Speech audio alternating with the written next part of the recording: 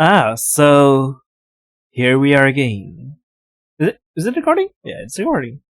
I'm like checking my OBS screen right now to see if is it a delay? I'm not really sure. It's not important. But yes, we are here again with Joyride to Hell. Oh, I'm so excited! I'm so excited to know what's happening here. We have been playing this for like 3 hours. This game is approximately 6 hours. Good calculation, I think. So probably 2 more episodes or 3 more episodes, considering that I will probably cover the other ending. There's two ending. Yeah, there's two ending to the game. The restlessness from either sleeping too much or not at all, the spots in the matters where you could feel the coils. The white noise in your head. Oh. Things used to be fun some time ago. Oh yeah, I know the feeling of cavities or whatever it is. Rushing too hard, huh? You know they should be. The places Walter direct you to and the games animate you play. The feeling dwindled for some time when the air got warmer and his laugh louder. But it never went away, only hiding in the fluorescent light of an overfilled cafeteria and the bed sheets your mother folded every morning. Sorry, my throat. I should probably clear my throat a bit before, actually. Yeah, I can feel that. BRB. Okay, I think my throat is better. Let's continue, shall we? You never bothered to put a name on it. On what? The feeling. Oh yeah, the feeling, okay. Dread, maybe? Angst? If you call it something, then suddenly it's real. Clinical. It'll be stuck to you forever like a gum on a shoe. I understand what you're saying there. Indeed. If you don't acknowledge it, it's people won't acknowledge it, and you could live a normal, happy life, isn't it? Isn't what they're thinking. It was already there before Annie. She knew all along. She's not stupid after all. Hello, Annie. She saw it all: the bandage, the scars, the food you refused to eat. Yes, even the blood in the sink. The expression in your face, the fear in your eyes when you know you had gone too far. Wait, what?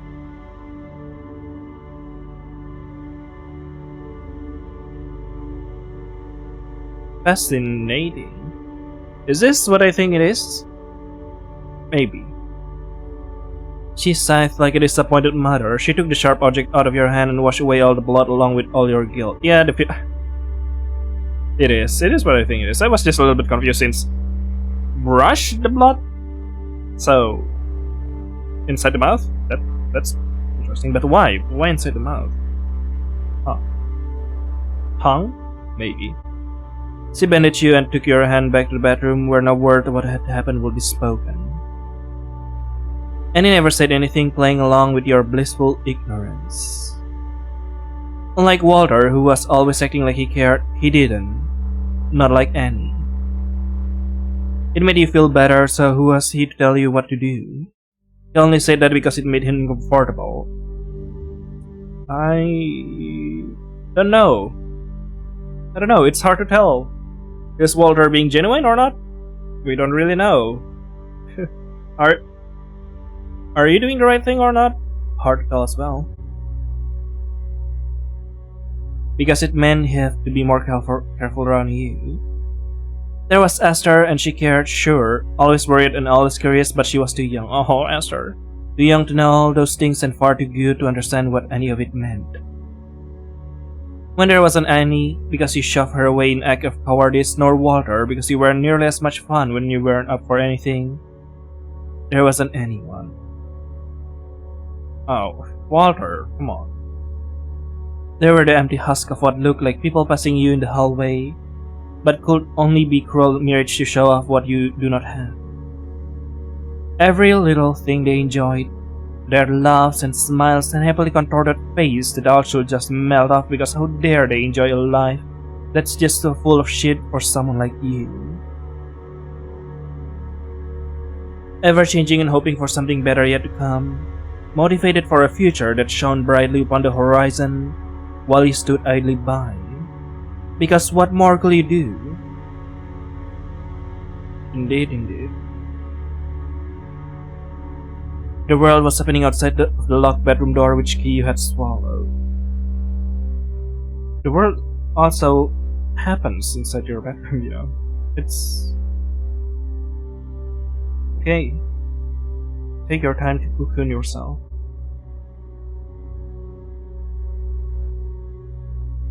Oftentimes you had the impression that you were stuck in your current self, a bystander in your own life, like looking at a mirror, isn't it? Who are you? What are you? Who am I? What am I? We are both don't know what we are. The look the mirror gave you was from someone that was hard to recognize. And while you brushed your teeth for the first time in days, you were overcome by a sudden urge to go through it. Place your hand on the cold clay surface and slip it through it as if it were liquid. Then you pop onto the schoolyard and find Annie waiting for you on the stairs by the PA gym. Annie will hear you laugh and your bad jokes, and the scent of vanilla on her soft hair will fill the air. That's nice. And she will mock you with the usual cheerful ring in her voice, and the world will be warm again, alive, full of light, full of bliss. The music fits this so much, like the full of light part. Exactly, it feels like that. It feels transient, whatever the word is. But you know, no matter how much you hope, there was nothing but your own reflection hiding under the hard surface of the mirror. It was just a mirror. And the person looking back at you wasn't an imposter. I'm sorry. Imposter. Among Us has written this my world.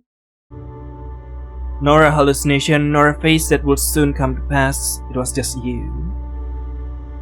Never before had you felt the desire so strong to smash the glass with your fist, take a shot and ram it into your eye. Ooh, yeah, relatable. Just an imaginary knife, imaginary sharp object out of nowhere, isn't it? Right into the center of your chest. Right into your stomach. Right into your head.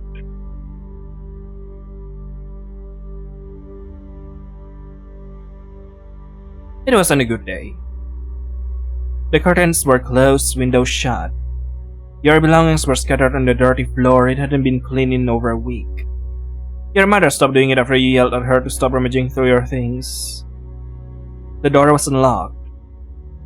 Esther never liked when you did it. She said it made her scared, that you might do something you regret.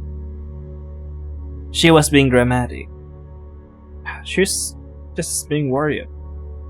It must have been sometime after you distanced yourself from Annie. She hadn't been over a lot since then.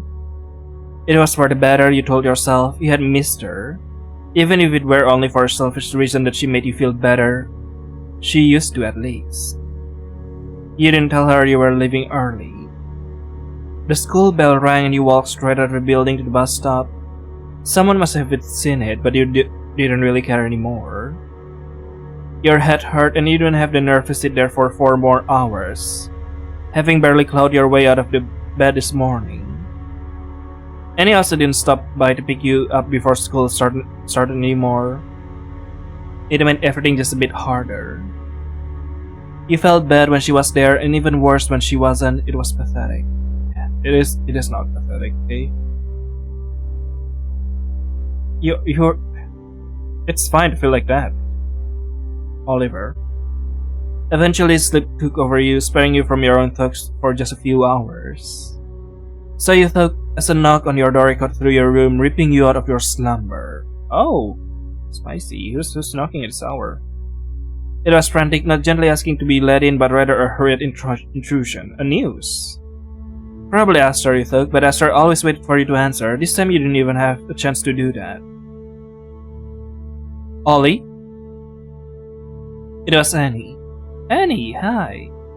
Your eyes blink against sunlight, letting through a gap in your curtains as she slowly advanced towards their bed, shoving your clothes aside with her feet to make a path. Ollie, are you awake? She shook your body, her frail hands crawling at your body looking for something to hold onto. I need to talk to you. She must have been saying something. It all sounded hysterical, garbled nonsense. It was the same thing as usual. It was always something with her. Yeah, indeed. Your migraine came back in a pinch, spot of your vision blurring and head splitting into two. You remember thinking about how annoying it all was? She should have called you before. You always told her to. Are you listening? Ollie, please. Please. Your brain was wide awake while your body felt frozen in place. It will take all of the strength you had left that day to even move a finger. You were unresponsive, thinking if you ignored her, she might go away. You knew it wouldn't work, that it was nothing more than a futile wish to be snuffed out as soon as Annie grabbed your shoulder. She turned you around to face her with whatever strength she had left in her skinny arms. Your eyes were open, looking at her, looking through her, like she wasn't really there, just another trick from your psyche. Annie slowly touched your neck, her hands wandering up to your hair, till her lips met yours.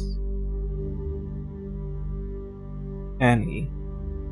It was only then you realized how strange she smelled. Sweaty and musty with a hint of beer on her tongue and all the things she said she hated on you.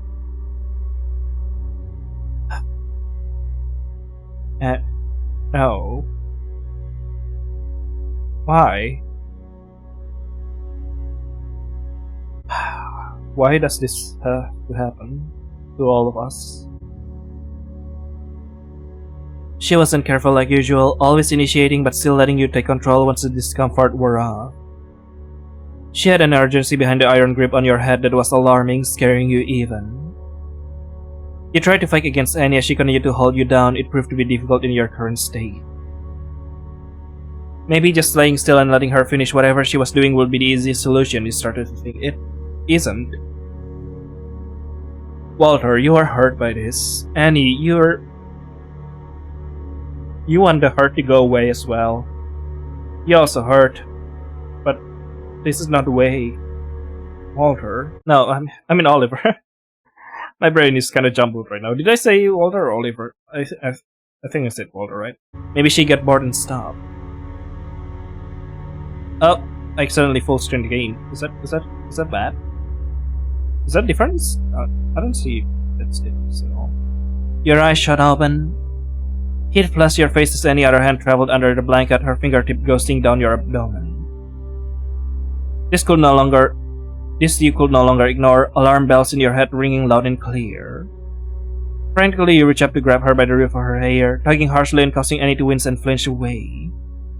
Loose strands of her hair were flying through the snack-line air as you push her away with a force that almost landed her on the floor. Ouch, that must be rough.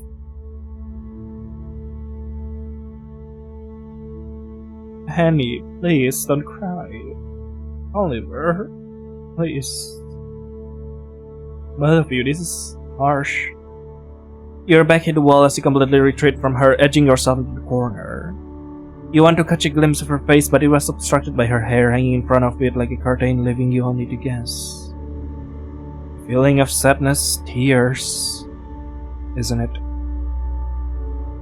Only now you realize that she was crying. Neither of you said anything, your word lodged in your throat as 1,000 thoughts swirled inside your head.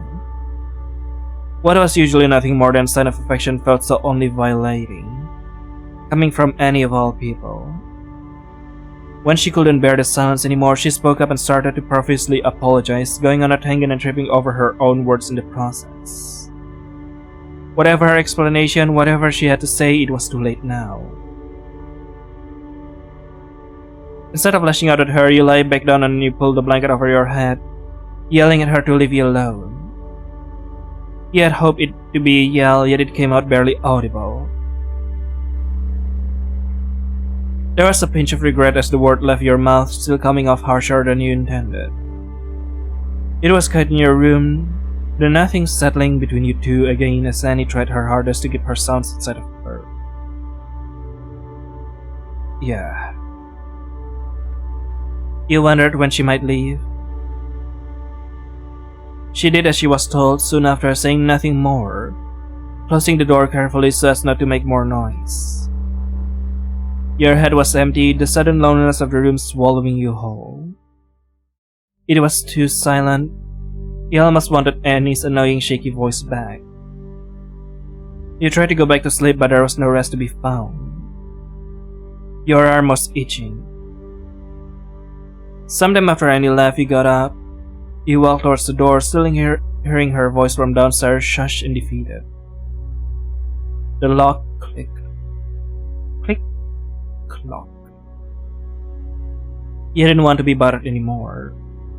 You think if you ignored her, it might go away. Temporarily it did. But these things always have a way of catching up to you. Just like back then, it always ended with you making her cry. Her scathing eyes were no more. Everything Annie had said till now, it had been with control, with anger, and with the targeted intention to hurt you. We are back into the future, are we? To the present. What he saw now was utter devastation and a loss of all control, an agony and devastation that reflected in her glimmering tired eyes. No calculated anger, no power play simmering in her mind, just the white fear of saying something that should be left unsaid.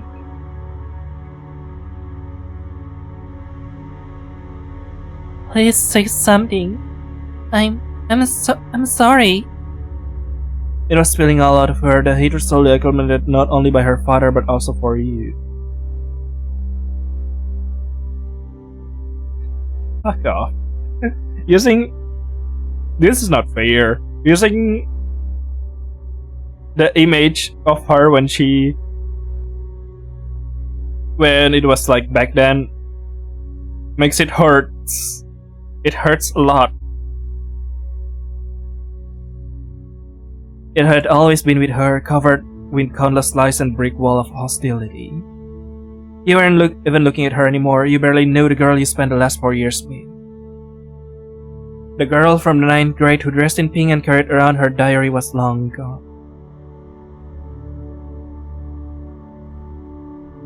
Why? Why must it be this way, eh?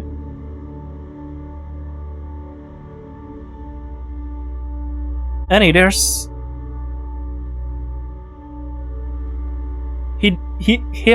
dead.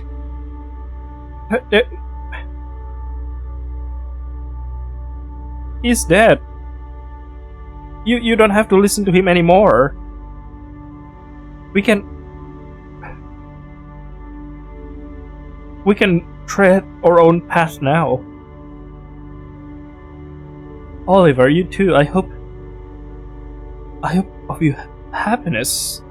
Like, you don't deserve to live like this as well, Oliver. Like, you know,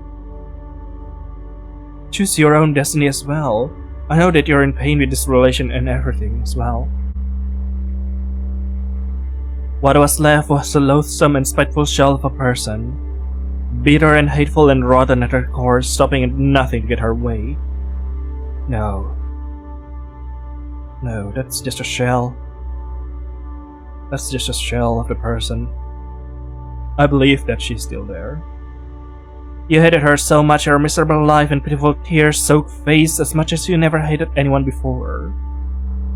And you figured you made her this way. It's not you. Don't blame yourself, Oliver. By hoping that your gut feeling was wrong, by ignoring the threat in his hand on your leg, by turning a blind eye against every one of Annie's complaints. Had you been a better person, a better boyfriend with sharper eyes and a better sense of right and wrong, you would have been able to help her, to keep her the way she used to be. But you're not the Man of Steel. You're not Superman. You're not a superhero. It's fine. I know it is hurt. I know it's painful, but it's... Don't put the blame on yourself, okay? And despite your meager pathetic efforts, the girl she was once was gone. Like driving by a helpless animal slowly bleeding out at the side of the road, soon to be roadkill. She's not gone. She's still there. And you too as well, Ollie. You too. I'll never hurt you, Ollie, please. There was no longer any point in arguing and trying to make Annie feel miserable. You had already done all the work for her ages ago. Annie must have known by now. She always somehow knew what you were thinking. She bit her lip, regret for what had just come out of her mouth, taking form in tears festering in her eyes. Do you still want to stay, huh? She minted you of all the worst part of yourself, and it may be why that feeling was as visceral as it was suffocating. But none of it even mattered, because Annie was all you had left. You two is all what you had left, this world perhaps, but there's always a chance to create something more, something new, find something else out there, someone else, something else, explore. Live your life. There was nothing, no one else to return to. Then, create it. Create someone else, something else to return to. We are not bound by this beautiful town. Oh, BRB. There's someone in the door. Okay, business is done. Let's continue, shall we? There was nothing, no one else to return to. With that, what else could you say? Yes, the crack in your voice gave you away. Liar! You fucking liar! Annie yelled out. In the blink of an eye, she turned to her side and opened her bag to pull something out. A knife? You only noticed what it was once it was already too late. Too late? That's still not too late. Still not late. Put it down, Annie. Please. Oh god, I don't know if it's just a shadow or not, but you can slightly see the bruises around Annie's neck. The blade flashed in the moonlight as she aligned it with her neck, extending her arm ready to slash her throat wide open. This time panic didn't knock at the back door of your psyche. In a storm, you're frying your nerves in an instant. It stormed in. You lunged at her, pinning her to the floor, the knife slithering across the ground. The motion caused the blade to graze Annie's neck, slicing through her necklace and leaving pearls sprawled all over the grass. Yeah, you probably shouldn't have panicked with that. Your heart pounds through your chest as you kneel above Annie. I don't know, maybe Annie isn't just like holding it there. I'm not really sure. Maybe this is the right choice to do. As you kneel above Annie, for a moment the only thing you hear are your ragged breath and ear-deafening sounds of rustling leaves. Annie blinked at you unfazed.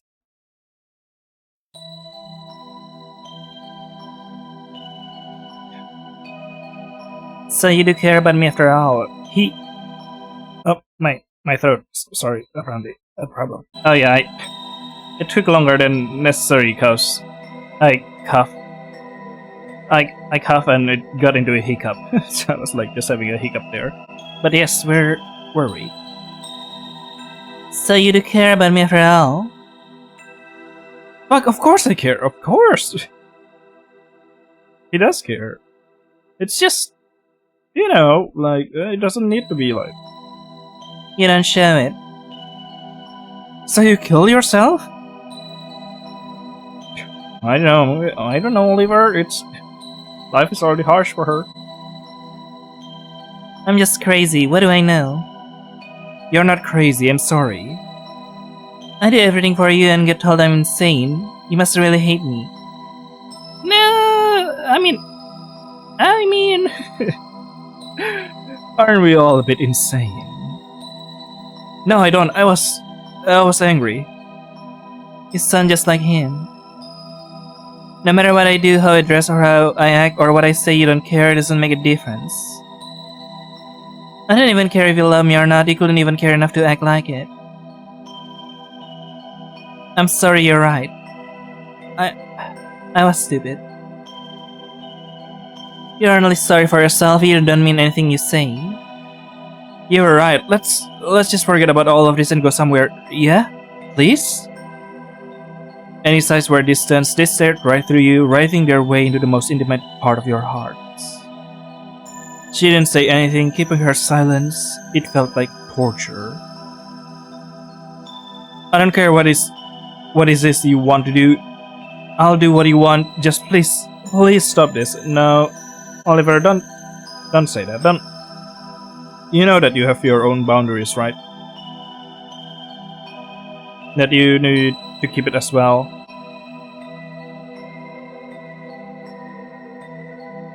What if I wanted to stab you? Yeah, as I was saying. Would you let me kiss you? You don't like it when I kiss you? I want to like it. Do you want to, Oliver? Really? Yeah, this is confusing. This is a really entangled situation. Yeah. I really hate you. I love you, Annie. No, you don't. He does love you. You love Oliver. Oliver loves you. It's just not in the way that we are currently in right now. You know? I do. Did she love Walter? Confusion, entanglement. Like, all of this is happening, like... how do I say it? Like, nobody really knows what's... their... feelings are. You do love Walter, do you? I don't know. Like, all this subtle... stuff they are talking about, like... the subtle, like... yes, of course I do love you, but like... I don't know how to describe it, how to explain it, yeah. Don't lie. I think. It hurt to say it, you never dared to tell him in case he laughed at you. It was a thought you found silly back then, but the reality that it's likely the truth stings more than anything else. I loved Dad, but he didn't love me. He didn't even pretend he did after some time. I miss the way he used to look at me. It was disgusting and I hated it, but I still miss it. No, Annie. Let that guy die. Let him gone, perish. Eaten by the fishes. Rot. I'm sorry, Annie, I'm so sorry. I don't know why I do the shit I do. I care about you more than I have about anything else. You're right, he was fucking awful. I'm glad he's dead. I never wanted him to die. I just wanted him to love me the way I did. Yeah. That's why I did it. If he didn't do it out of love, then he just used me. I was nothing to him. He didn't deserve that. I should have helped you. Don't pity me. Annie. I don't need your pity. Don't you see it? You know we are not so different. I guess Walter can have loved you that much either, huh? You could see the corner of her mouth twitch, and his expression contorted into a wry-defeated smile. Otherwise he wouldn't have let that happen to you. Annie lets out a distorted, muckling giggle, her lips curved into a smile. What did they do, huh? It must have really hurt. All of his friends boasted about it at school. Annie. Oh. They told all kind of stories. Did I? I think I double-clicked, yeah. I wonder what if it is really true.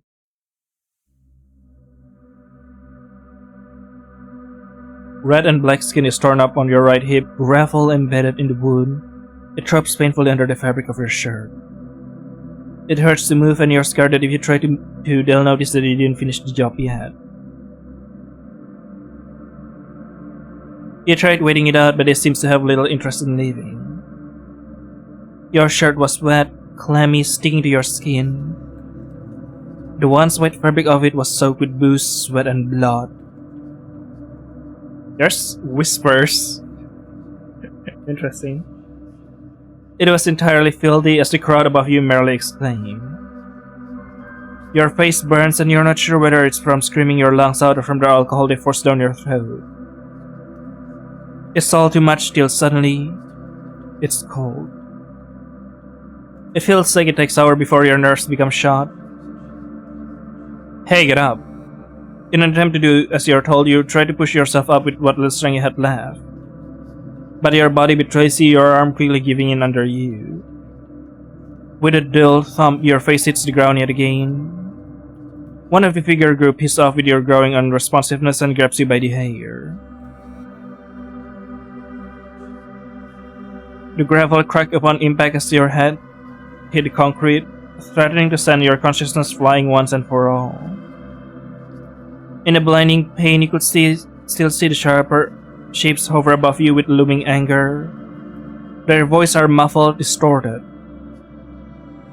Between the chaos, you could make out one voice loud and clear. Walter! It was yelling. I think that's enough. You should stop.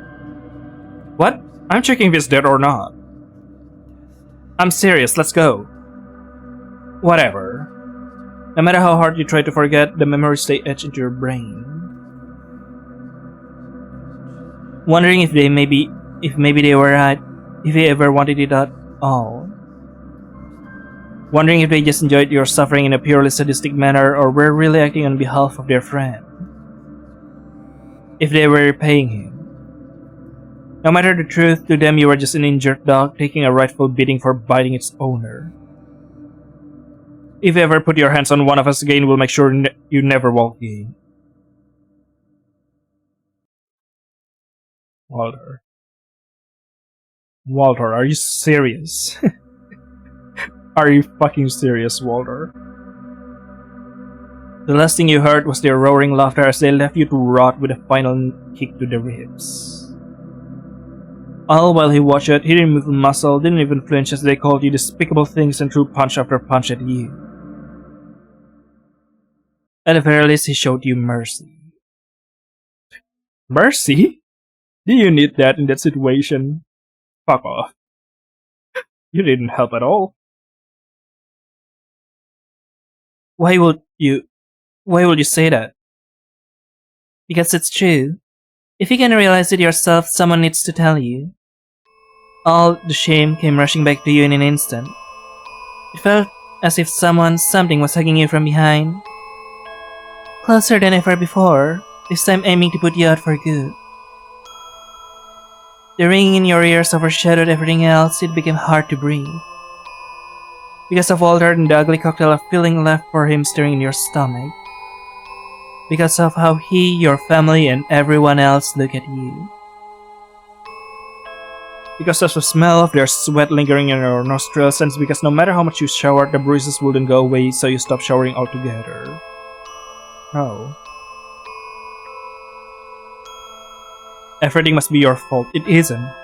You deserve everything that happened to you. You don't deserve those sufferings. For being a lying, deceiving piece of shit who can make up his mind. You can let it out, okay? It's okay. I know how it feels.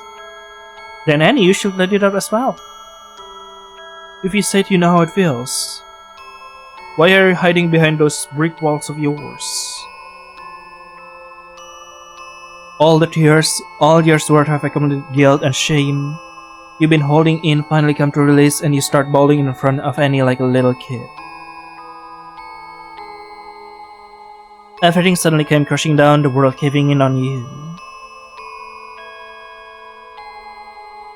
This could make a good thumbnail, I'm not really sure. Yeah, I'm taking that for a thumbnail. Hot tears streamed down your cheek as you shook, feeling cold like never before. The hands that now tracing calmly along your back, the same motion again and again in futile attempt to be soothing, make your stomach revolve with every still curl it draws. You could hear yourself wailing, but it was distorted, strange. As if you weren't the one screaming, but like it came from far, far away. The back of her throat feels hot and scratchy. You must have started to help her ventilate. Oh. There is in his voice, you realize absently, growing louder for a split second and then shrinking back to a dull droning noise. You could maybe manage to figure words out if you had the capacity to listen. I'm sorry. The apple just keeps spilling from her mouth without any rhyme or reasons. I'm sorry. I'm sorry piled up on forgives me. You repeat the words so often, it's such desperation they start to sound like gibberish. There's no way to articulate what you really felt. The thought of losing any of what's been done to her, how much you fuck up your life, or because of how much you piss despite yourself for thinking that. How much you hate her, how much you want her dead. How much you love her, how much you need her. Annie doesn't understand, she couldn't, and neither do you. You only know she too must be looking for someone to love her.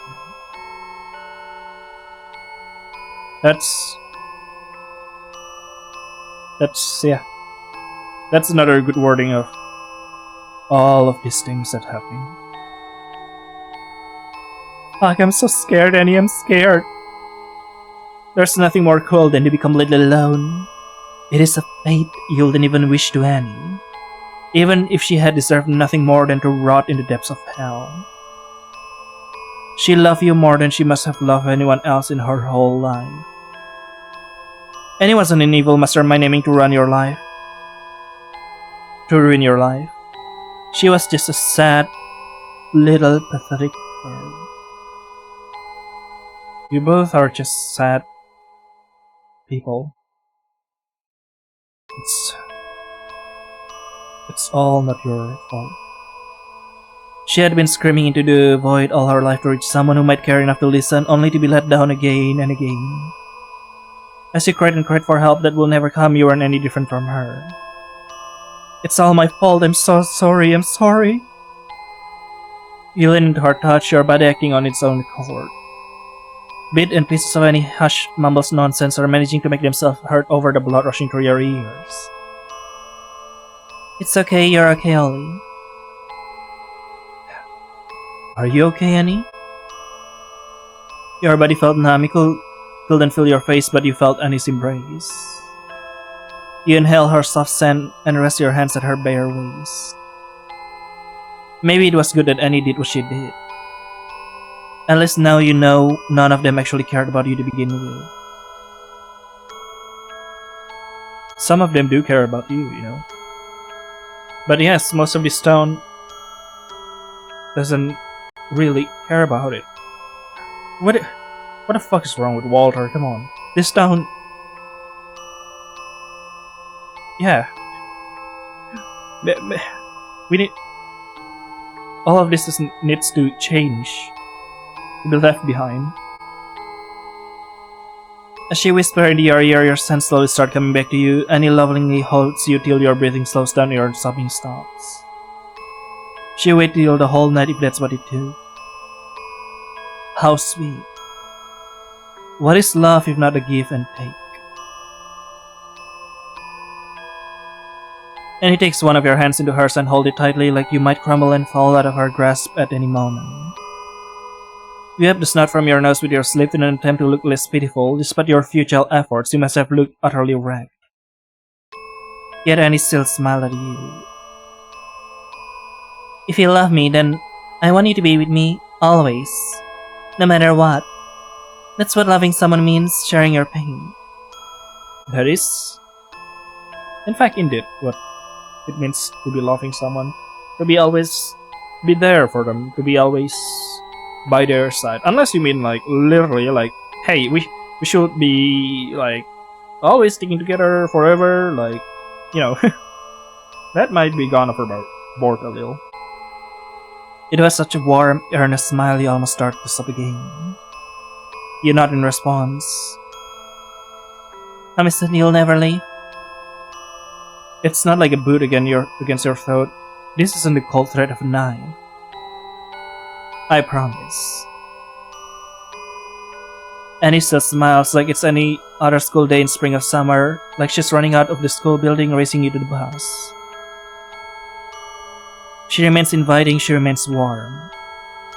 even as she turns to rub her hand clean on the grass with a displeased expression. You made my hand all grimy. Why do you take the stupid crowbar with you? I didn't want you to get caught. You could throw it to the ocean. Oh. Ollie? I love you too. And as always, she forgave you. You lay down next to Annie and simply breathe in her presence. You bask in each other's misery for what must have been hours. Time felt non-existent. There was only you and her in the now. The only thing you knew is that the sun had yet to rise, if it ever will. And it told about all things she could never speak of before, each sentence etched into your mind with its gruesome detail. To know about her, it was the least you could do. In a way, it felt as if you were repenting.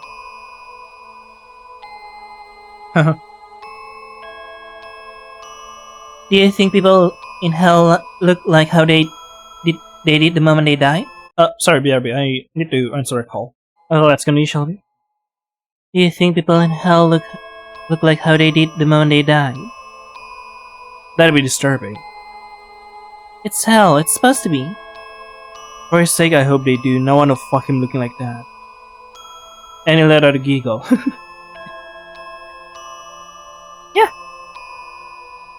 Sorry, my fault. Okay. I think if that's very true, I want to die early so I can look good forever. You have to join me so we can be the prettiest couple down there. You don't need to be couple, no. I guess you haven't realized that yet. Don't worry, I come with you. Do you both already assume that you both are going to hell? Are you both sure that hell exists here? As you two light in the grass and fantasize about your eventual decay, the words ran out, and there was nothing else but to do but stare at the sky. The stars shone brightly. For all the ugliness in the world, there was always something worth keeping your eyes upon for. Indeed there is. And so, for as long as the stars didn't burn out, you have to keep going. And as all things must, your moment of solace has to reach its end. You help Annie get up and pat the dirt off her. By now, Annie wandered too far into the nothingness that the only thing you could do was move forward. You take her hand and you move into the thicket of the wood, the unknown swallowing you whole. As you start to walk, your phone vibrates in your pocket once again. Who has been contacting you this whole time? You ignore it as does Annie. You wonder who it might be, but it doesn't matter anymore. You shut your phone off along with the door of the back room of your thoughts filled with memories of the life you left behind and the regret that hadn't had time to fester yet. Whatever was about to happen, whatever terror may wait you be together, for once there was no fear nor guilt. You could sleep inside this moment. Live inside it, freeze it, make it last forever. It will be fine to stay like this. Is it? Is it though? If only this moment had somewhere to hide away from all the horrors of reality. If only it could survive. But soon it followed, the feeling you know all too well. With every step, you could feel it approaching further, tailing your legs with such an eagerness to bite them off. This time it was here to stay. What? Really? Annie still clacked on the pavement as she made her way through the winding back alleys, past various dumpsters and suspicious clubs, following the faint neon light illuminating your goal. Hey, do you know who's playing today? Some guy named Factory Junkies. That doesn't sound super lame for once. Don't they all sound the same? Okay, whatever, this was your idea. A little more enthusiasm wouldn't kill you. There was a whole lot of noise, both in and outside the club, with plenty of people already sitting and taking away the entrance, some already half passed out. A few more minutes down the line, Annie looked at the mirror wall, stopping in her tracks. Ah shit, I know I forget something. Ollie, why didn't you tell me only one of my eyes have eyeliner? You try your best to control your facial muscle, not letting it escape that you found any marching around with just one massive wing wildly amusing. It does, doesn't it? You cough quietly. Well, you were in such a rush to leave, I didn't want to inconvenience you any further. Annie stared at you, scowling. It had no effect on you. You're cute when you're angry like this. Annie rolls her eye, and you could faintly hear her voice mocking you in your head. She pushes her hand down her thighs and pulls something out, hurling it at you. You barely catch it before it stabs your eye. You look at it, it was an eyeliner pen.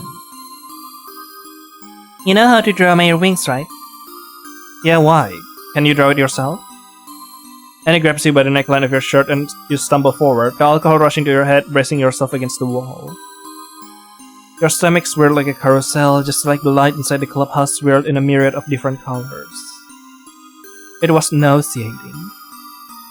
The bouncer turned around and gave you a disapproving glance from under his shades, but Annie just smiled sweetly at him.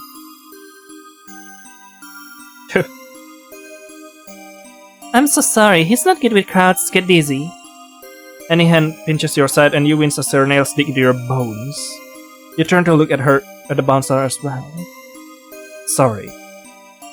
The bouncer just shook his head and turned to mind his own business again, sending kids with fake IDs home.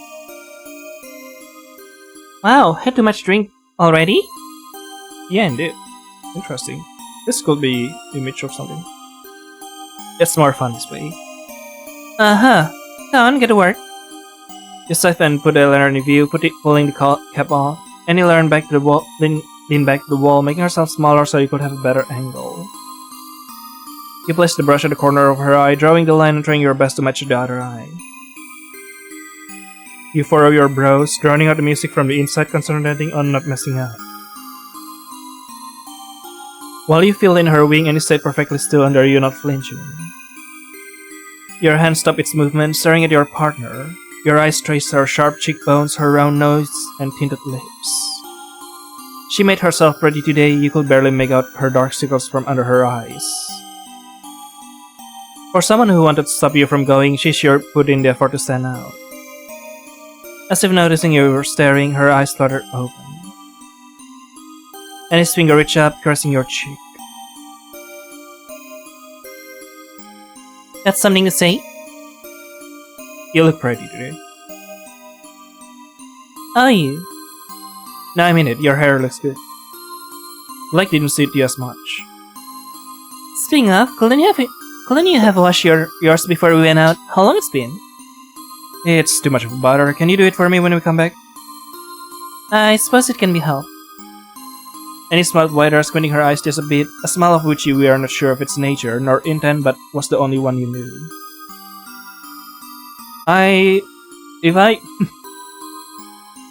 That smile is... smile of... contempt? Not contempt, more like... oh, yeah. As usual. I feel like that's the word. Like, it's just the usual thing then. As always, life continues, huh? I love you, Ollie. And I accepted you with all the sick and twisted thoughts in your head, all the hatred for the universe and everyone in it weighing your heart down. She burned the world down if you ask. I love you too. That's what it must be, like a fist to the face, like a foot to the ribs. This must be what love feels like, you thought. Is it?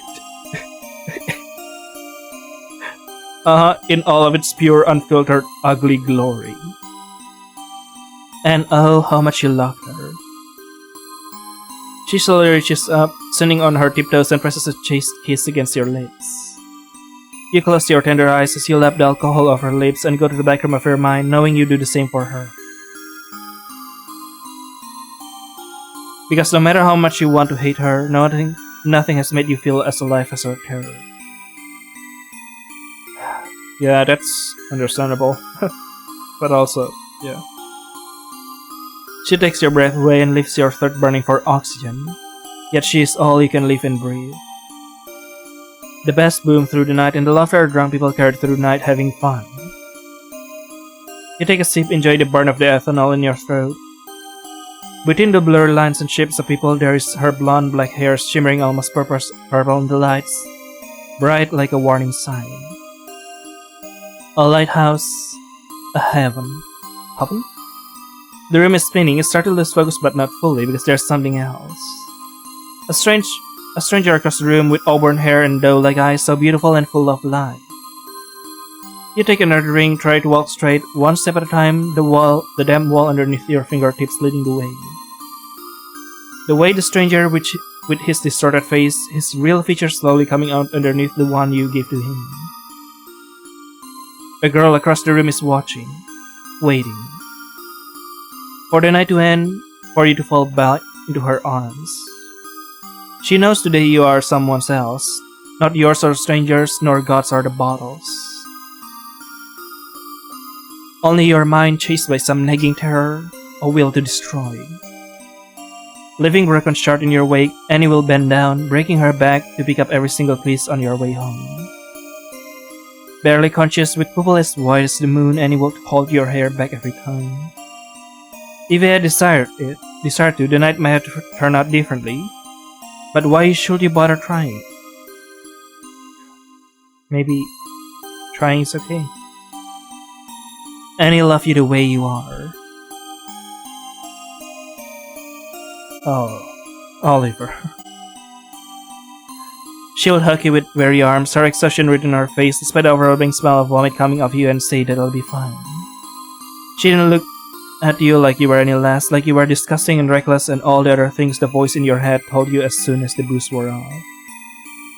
And the next time it happens, as it definitely will, Annie will do the same with just as much patience and care as before.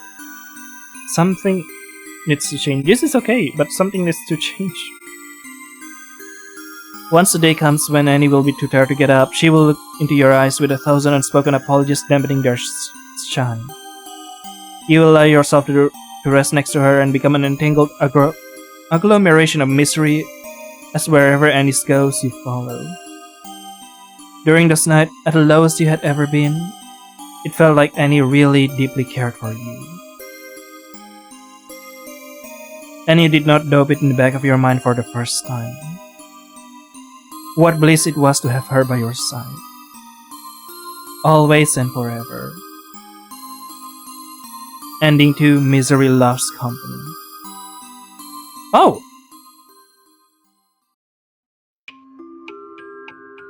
Reach the ending. This is interesting. I have to option here. Okay, I could either continue and see if the first ending can be achieved in like time, record time, because like we still get 40 minutes left, and you know, maybe that's enough. But if not, we could just end the video right here and then continue later. Okay, so what I'm gonna do, I'm gonna cut it here a little bit, and then I'm gonna explore the other ending. And then after I finish, if it's still time, I will just merge both. If not, it will be a second episode. Okay, that's all. All right, so I pre-recorded the other ending, of course. And after considering it actually took quite a while, so it wouldn't fit this in one video, like if I just merge it. So I guess I'm gonna end the video right here for this ending 2 right now. I must comment, I really like the whole story. Like I say, the art, everything is just gorgeous. The reflections, the coloring, everything, the story with the subtle stuff in it, with the art as well, of course, with the subtle stuff, and the choice of music. It all just like a cacophony of symphony, maybe? I don't know, like symphony of despair. That's how I feel when I play this game. It evokes that emotion, the angst. What else could I say? I really like the characters. I'm not... Sorry, my brain is like beep boop, going like cuckoo right now, because I've actually played like, you know, that 1 hour and that 1 hour more of like the first ending. It becomes affecting me a little bit. But yes, I don't think anyway. I could say anything else. Honestly. I wish there's something else I could say. What is it? Like all the subtle expression, blah blah blah. Probably the way the character, like the father being manipulative, manipulative and using all kind of trick is really scary. The town being, religious and everything is just crazy. But I guess that's all for Joyride to Hell for now. I hope you enjoy it. See you later then in the next episode. Bye bye.